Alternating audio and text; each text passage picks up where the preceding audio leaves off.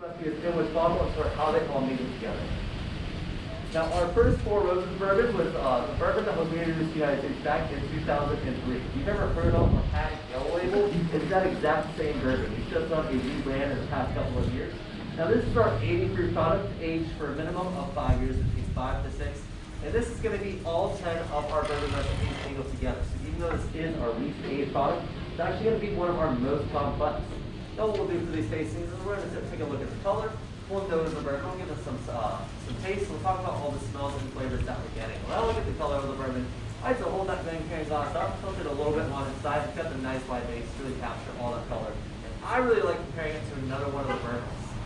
Now remember, in the distillery, when it comes off the still, it comes off as clear. So it's picking up 100% of that amber color from our bourbon barrel. So the good rule of thumb is the longer it's aged, the darker in color it'll be. This being a least aged product, you'll see it's clearest in light of before. Now next for the nose, give the glass just a gentle swirl. Try to open up some of those aromas. Here's an up to our nose, take a gentle breath in. Just trying to wait before taste buds run their off the half. Also giving that glass a little swirl makes you look real fancy. Now on the nose of this, it's got all 10 recipes inside, so I smell a little bit of everything. I get some fresh fruit, I get some of that floral essence, and I like get some of that bourbon spice, but I also smell something sweet like honey. And now for the taste, especially for that first one, I really like doing it in a couple of sips. I'm going to take a small sip of the bourbon, and I'll let it completely coat my tongue, so I can really acclimate my palate, really acclimate my taste buds to the incoming alcohol. So I'm going to take a second, third, and 4 sips, and those I'm just doing to appreciate a little bit more of the flavors. Now on those second, third, and 4 sips, I might pull out more of those fruit notes. I'm going to get some of that apples, I'm going to get some of your pears, but again, it's got all 10 recipes inside, so you might be pulling out more of those baking spices. You're getting some of that floral essence, that makes sense. This one just kind of depends on our palate a little bit. Give it to you. Now the last thing we'll talk about for all of these bottles is going to be the finish. The Katie shaker is a slight baking spice. So this is a super balanced bourbon, having both of those 2 mash bills within a sweet and spicy each drink. Now the color of this one, we're going to see it's a little bit darker, a little bit more full bodied, it's a little bit more viscosity to it than our first 4 roses, but it's not going to be quite as dark as these single barrels. This is our middle aged and middle proof of all the bourbon, so it's going to be the middle of all the colors. And then on the nose, I'm really pulling out those 2 yeast strain smells. I'm going to get a lot of those rich fruits. I'm going to get a lot of those dried spices, but it's been at least 1 more year in that bourbon barrel. I'll pull out more of those barrel smells. I'm going to get your vanillas, your sweet oaks, maybe even some caramel or caramel.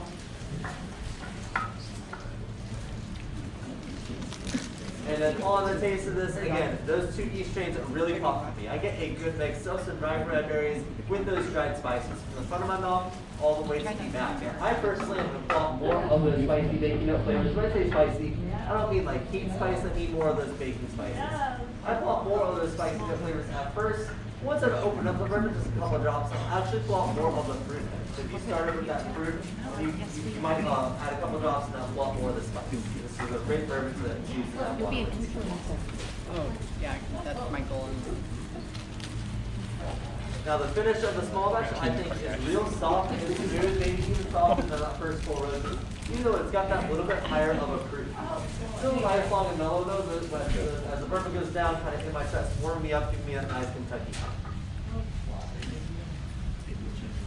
What do y'all think of these small batch? I like it. Compared to the first one, it's going to be for 1 or 2. 2. I think 2 is more common. There's no wrong. Okay.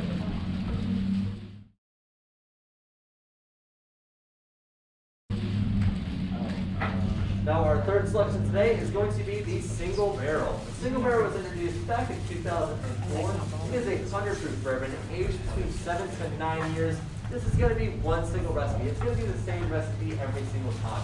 It's going to be our B mash bill with the B delicate 3 yeast strain. If we're looking at the barrel pyramid, you'll see a 4-letter recipe code on each of those barrels. When we read that recipe code, that first letter is always the same. It's always an O, just denoting that it's made on site here at the Lawrenceburg Distillery. That second letter is going to be which of the 2 mash bills is used. Half we're going to have P, half we're going to have a B. That third letter is always going to be the same. It's always going to be an S, just noting that it's a straight bourbon whiskey, and all of our bourbons are straight bourbons. And then that 4th and final letter is which of the 5 yeast strains is used in that particular recipe. So the single barrel is always going to be this O, B, S, T. Now on the color of this one, we're going to see a nice deep dark rich amber color. It's spent at least 7 years in that barrel, our longest aged bottle.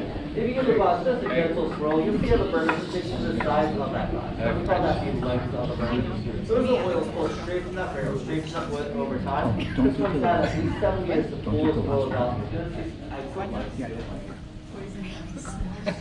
Now, on the smell of this one, on the nose, we'll pull out a lot of those dried spice flavors because it has that high rye mash bill. When we get past those dried spices, we might smell just a touch of the delicate fruit, maybe a little bit of hair. And we're going to get a lot of those barrels. We're going to get your melons, your maple syrup is really common to pull out of this one, maybe even some cocoa. So the longest aged pot to pull those smells from the caramelized sugar of that char wood. And then on the taste of this, again, high rye mash bill, so I pull out a lot of those dried spices. But those dried spices just kind of stay towards the front of my mouth. As it goes down, all I'm going to taste are those real sweet, delicate fruits. I'm going to get your cherries, your plums, all those real sweet berry flavors on the way down. Gives this bottle an exceptionally smooth and rich finish, maybe the smoothest of all our four, sitting at that 100 proof. This is the one that we kind of look at as our great simple sipping bourbon. It starts off with that nice spice flavor that we're kind of looking for in a bourbon up front, but finishes delicately sweet and smooth. What do we all think of the single barrel? This is usually one of the fan favorites. It's definitely smooth, definitely smooth.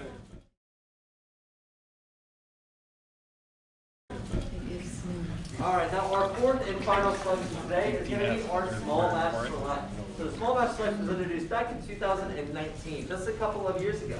We released this one in 2019, only released it in 5 states. Now we're going for distributors or states like a lot of things like that. We are up to 30 states. So if you're from out of town and you really enjoy this bottle, you can let me know after this tour and I'll let you know if it's in your state or not yet. This is our 104 proof bourbon, aged for a minimum of 6 years. This is going to be 6 of our bourbon recipes. So it'll be both of those 2 mash bills, the E and the D, as well as our F, K, and B East Chain, with herbal notes, the slight baking spice, and the delicate fruit. Now on the color of this, you'll see it's actually the darkest of our 4, even though it's not our longest age. The reason for that is that this is our only non-chill filtered bourbon. So what that means is as that bourbon is aging in the barrel, over time it's going in and out of wood, pulling up all those great bourbon flavors. So it also pulls out organic compounds from that, things like aminos and fatty acids. It's not the proof point for our first 3 bourbons. You have to filter all those organic compounds out because over time they keep that bottle cloudy or hazy look. You actually might see sediment floating out at the bottom. Now all those organic compounds contain a bunch of great flavors from that barrel inside. But for visual purposes, you kind of have to filter them out because no one will want to use bourbon. You see stuff floating out at the bottom. Now 104 proof from Master Distiller has sort of discovered it's that perfect proof point where it's not too high, everyone can still enjoy it, but it is not enough to all the organic compounds fully dissolved in the bourbon. They're going to add to the flavor, they're going to add to the richness, and you're going to really feel it right on the body feel of this. Now on the nose, we can smell some of those typical bourbon smells we're kind of accustomed to. We'll smell some raspberries. We'll get some of those baking spices like clove or nutmeg. I think it almost has a Christmas time feel too. And then on the palate, again, 104 proof, so we might come off with a touch